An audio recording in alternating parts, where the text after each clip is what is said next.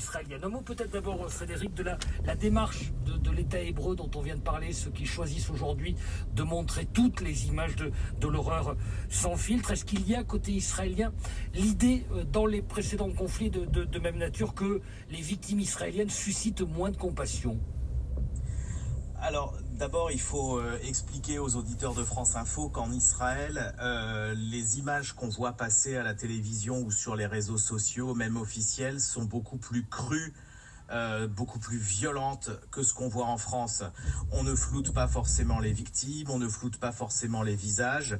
La télévision israélienne est par nature beaucoup plus dure que la nôtre. Ça, c'est la première chose. Ensuite, ce qui est nouveau dans la séquence actuelle depuis les massacres épouvantables du 7 octobre, c'est que précisément ces massacres, ils ont été documentés par les terroristes, ils ont été documentés par ceux qui sont rentrés dans les kibboutz, qui sont allés à la rave party, ils ont filmé en GoPro en temps réel et ils s'en sont vantés en mettant ça sur les réseaux sociaux. Donc ce que diffuse l'armée, ce ne sont pas des documents de l'armée, c'est une compilation de ce que le Hamas a mis en ligne. Et quel est le but de l'armée ? C'est évidemment susciter la compassion mondiale.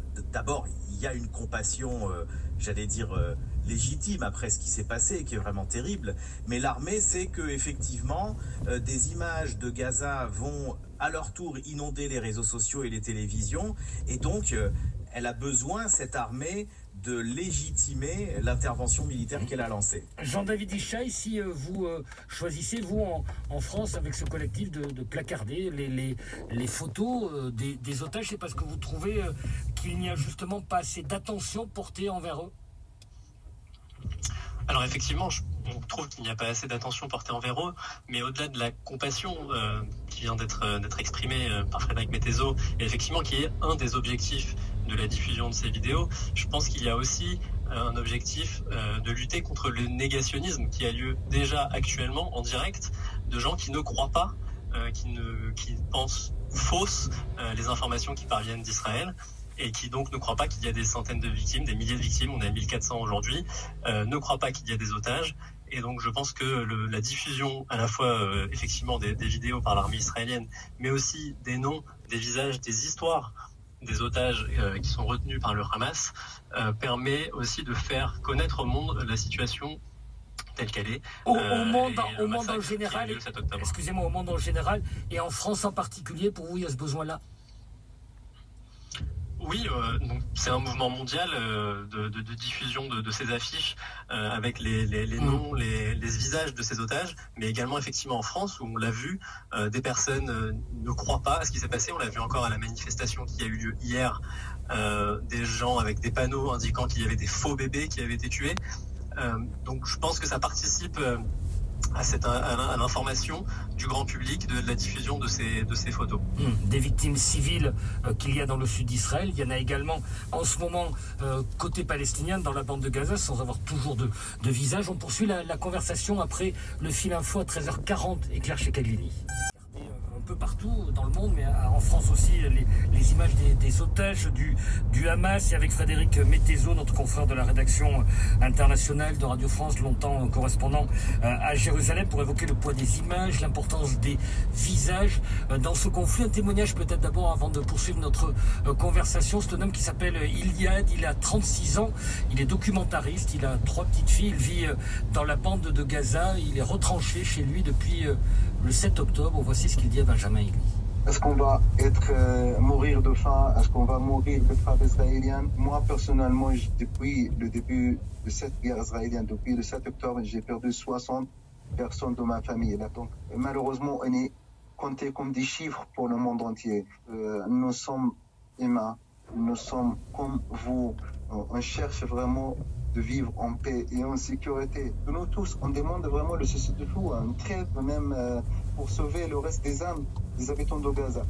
On entend Frédéric Mettezo ce que dit cet homme. Nous ne sommes pas des chiffres, nous ne sommes pas des statistiques. En l'absence de presque tout journaliste, presse internationale à Gaza aujourd'hui, on en est contraint, réduit à ça presque. Oui, il y a quelques journalistes palestiniens en poste à Gaza qui sont anglophones et qui travaillent pour des grands médias étrangers. On peut citer la BBC ou Al Jazeera, mais c'est vrai que c'est beaucoup plus difficile de documenter ce qui se passe à Gaza. Et souvent, on en est réduit à communiquer les bilans, une espèce de données abstraites, 2000 morts, 3000 morts, 5000 morts, qui sont plus est soit contestable les quand bilans... ce sont des chiffres du Hamas, évidemment. Enfin, Exactement, c'est ce que j'allais vous dire, Frédéric. Quand ce sont des ONG ou les Nations Unies, on peut les prendre à peu près pour argent comptant, mais le Hamas, pourquoi il n'y a pas de journalistes? D'abord parce que l'armée israélienne ne les laisse pas rentrer, mais de toute façon, quand vous êtes journaliste dans ce territoire sous la férule du Hamas, c'est très difficile de travailler. Le Hamas est aussi une machine à désinformer et à mal communiquer. Donc là, il y a vraiment une double difficulté qui est de ne pas pouvoir y aller et donc de devoir se baser sur des images qui viennent de Gaza. Qui nous les transmet? Est-ce qu'il s'agit de sources fiables? Est-ce que c'est le Hamas? Est-ce que ce sont des ONG? Donc il y a un travail d'expertise encore plus nécessaire que quand on est sur place. Jean-David Ishaï, quand vous entendez ce témoignage, un mort est un mort, une victime est une victime. Une fois qu'on a fait ça, qu'on a dit ça, qu'est-ce qu'on a dit? Mais c'est quand même nécessaire de le poser. Bien sûr, la mort de civils est toujours un drame, quelle que soit sa nationalité. Israël a répété à de nombreuses reprises qu'elle était en guerre contre le Hamas, pas contre les Palestiniens. Mais les bombes, elles tombent parfois elle là où communique on est énormément sur les... Bien sûr, les efforts sont faits pour épargner un maximum les civils, mais c'est la guerre malheureusement, et on sait que la guerre fait des victimes à titre personnel, et je crois que ça a été le cas de beaucoup de personnes. Lorsqu'on a appris le massacre qui avait eu lieu par les terroristes du Hamas de 7 octobre, au-delà de l'effroi, au-delà de la tristesse pour ces victimes-là, tout de suite, une des premières idées qu'on a eues, c'est mais où ça va nous amener? Qu'est-ce qu'il va y avoir? Combien de morts il va y avoir encore de part et d'autre? Le Hamas a entraîné Israël dans cette guerre et malheureusement, effectivement, il y a des milliers de victimes civiles de part et d'autre. Il y a de la place pour des hommes de bonne volonté encore aujourd'hui? Alors, j'espère. Nous, en tout cas, ce qu'on essaye de faire au niveau du collectif du 7 octobre, c'est vraiment, on se focalise sur les otages, de faire parler, de donner leur histoire et expliquer leur histoire. Au-delà des affiches qu'on placarde, on essaye aussi de documenter quelles étaient leurs vies, quels sont leurs projets. Un grand nombre d'entre eux étaient des militants de la paix. Ça a été dit, il y a plusieurs articles qui ont été faits à leur sujet. Je pense à Viviane Silver, qui a été co-dirigeante d'un mouvement de la paix pour femmes. Il y a Oded et Yocheved Lifshitz, par exemple, qui sont retenus otages et qui, jusqu'à il y a quelques semaines, transportaient régulièrement des malades de Gaza vers des hôpitaux israéliens pour se faire soigner. Donc nous, c'est leurs histoires à eux qu'on a envie de raconter, et c'est leur visage, leur nom qu'on a envie de rappeler et pour exiger leur libération immédiate. Je voudrais qu'on évoque un autre visage, un autre nom, Frédéric Mettezo, celui de Rojdi Haraj, que vous connaissez parfaitement, puisque vous évoquiez tout à l'heure la difficulté